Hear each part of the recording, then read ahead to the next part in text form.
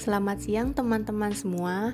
Selamat datang di perkuliahan Hukum Humaniter Internasional, yang mana pada pertemuan pertama kita akan membahas terkait istilah dan definisi dari hukum humaniter. Cakupan materi pada pembelajaran kali ini yang pertama terkait istilah hukum humaniter, yang kedua pengertian hukum humaniter, kemudian hubungan hukum humaniter dan hukum HAM, dan yang terakhir sumber hukum humaniter. Sebelum dikenal dengan istilah hukum humaniter, terlebih dahulu masyarakat internasional menyebut dengan istilah hukum perang atau laws of war. Secara singkat, Lauterpacht mendefinisikan hukum perang sebagai sekumpulan aturan hukum di antara bangsa-bangsa yang menghormati perang. Pasca terjadinya Perang Dunia Pertama yang memakan korban dan kerugian yang sangat banyak, istilah hukum perang kemudian dihindari oleh masyarakat internasional. Istilah hukum perang yang tidak lagi disukai kemudian menimbulkan suatu istilah baru, yaitu hukum konflik bersenjata atau laws of armed conflict. Perubahan istilah ini memberikan keuntungan dari ruang lingkup berlakunya hukum tersebut, di mana hukum konflik bersenjata berlaku apabila perang terjadi, juga berlaku terhadap suatu pertikaian bersenjata. Istilah ini terus digunakan hingga akhirnya terjadi Perang Dunia Kedua. Pasca terjadinya Perang Dunia Kedua, masyarakat internasional terdesak untuk memasukkan asas perikemanusiaan di dalam aturan hukum konflik bersenjata. Oleh karena itu, istilah ini kemudian berganti menjadi hukum humaniter atau lebih dikenal sebagai International Humanitarian Law Applicable in Armed Conflict. Munculnya istilah hukum humaniter menandakan bahwa terdapat prinsip kemanusiaan atau asas humaniter yang dimasukkan ke dalam hukum humaniter. Materi selanjutnya yaitu definisi dari hukum humaniter. Menurut ICRC, hukum humaniter internasional merupakan suatu kumpulan aturan hukum yang berdasarkan pada alasan humaniter atau kemanusiaan untuk membatasi dampak dari konflik bersenjata. Definisi selanjutnya yaitu dikemukakan oleh Jean Pictet. Beliau mengatakan, dalam arti yang luas, hukum humaniter internasional disebut sebagai suatu aturan hukum, baik dalam bentuk tertulis maupun kebiasaan, untuk memastikan penghormatan terhadap individu dan hak asasinya. Sedangkan J.G. Starkey mengatakan bahwa hukum humaniter merupakan seperangkat pembatasan yang diatur oleh hukum internasional, di mana di dalamnya diatur mengenai penggunaan kekerasan yang dapat digunakan untuk menundukkan pihak musuh dan prinsip-prinsip yang mengatur perlakuan terhadap individu dalam perang dan konflik bersenjata. Selanjutnya, Aryo Mataram membagi definisi hukum humaniter ke dalam dua bentuk.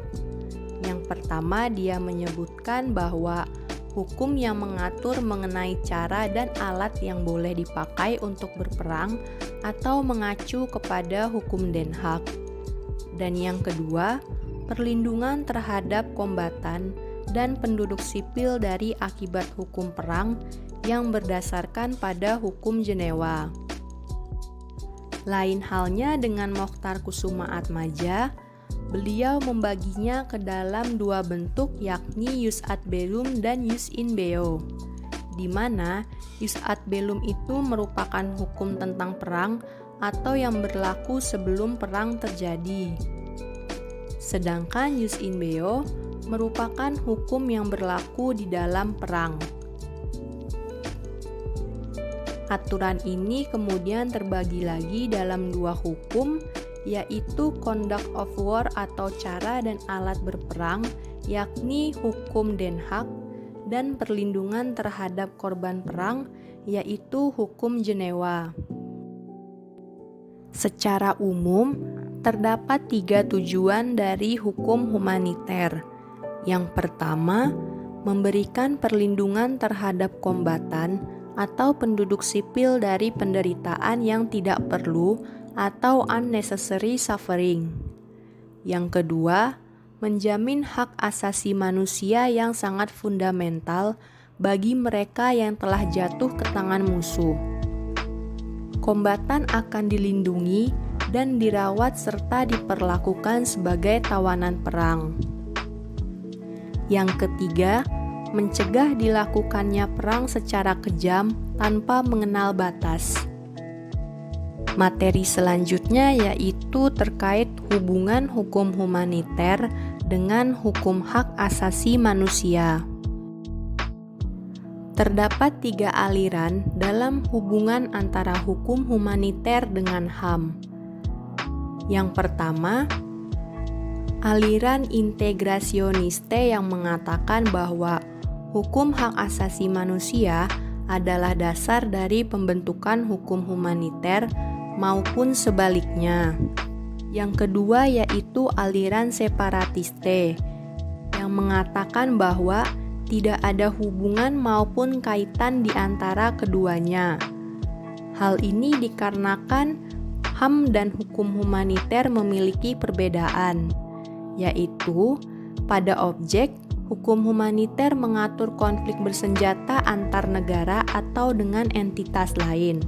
Sedangkan HAM, objeknya merupakan hubungan antara pemerintah dengan warga negaranya yang berada di dalam wilayah negara tersebut.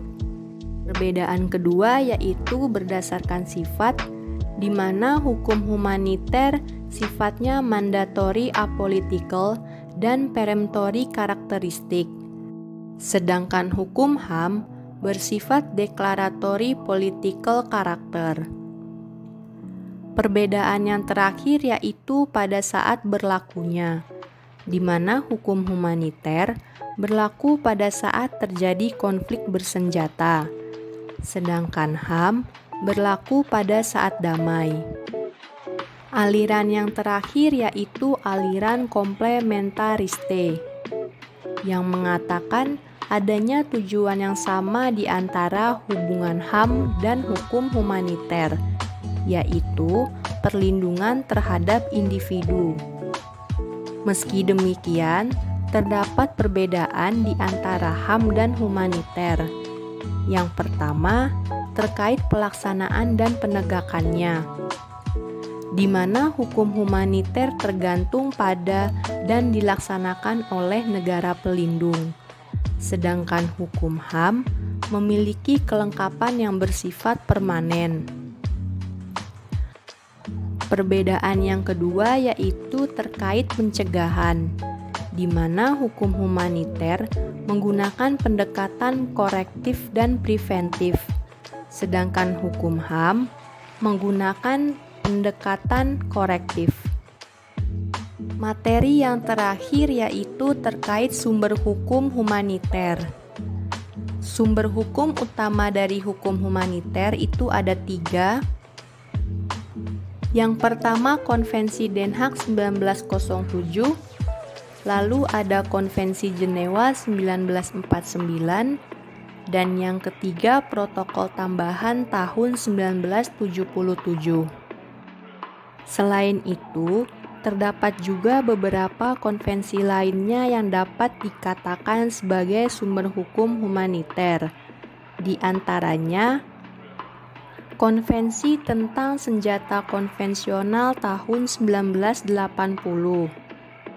Lalu protokol terkait senjata laser yang membutakan pada tahun 1995, serta protokol Den Haag yang pertama pada tahun 1954 terkait perlindungan properti budaya pada saat konflik bersenjata.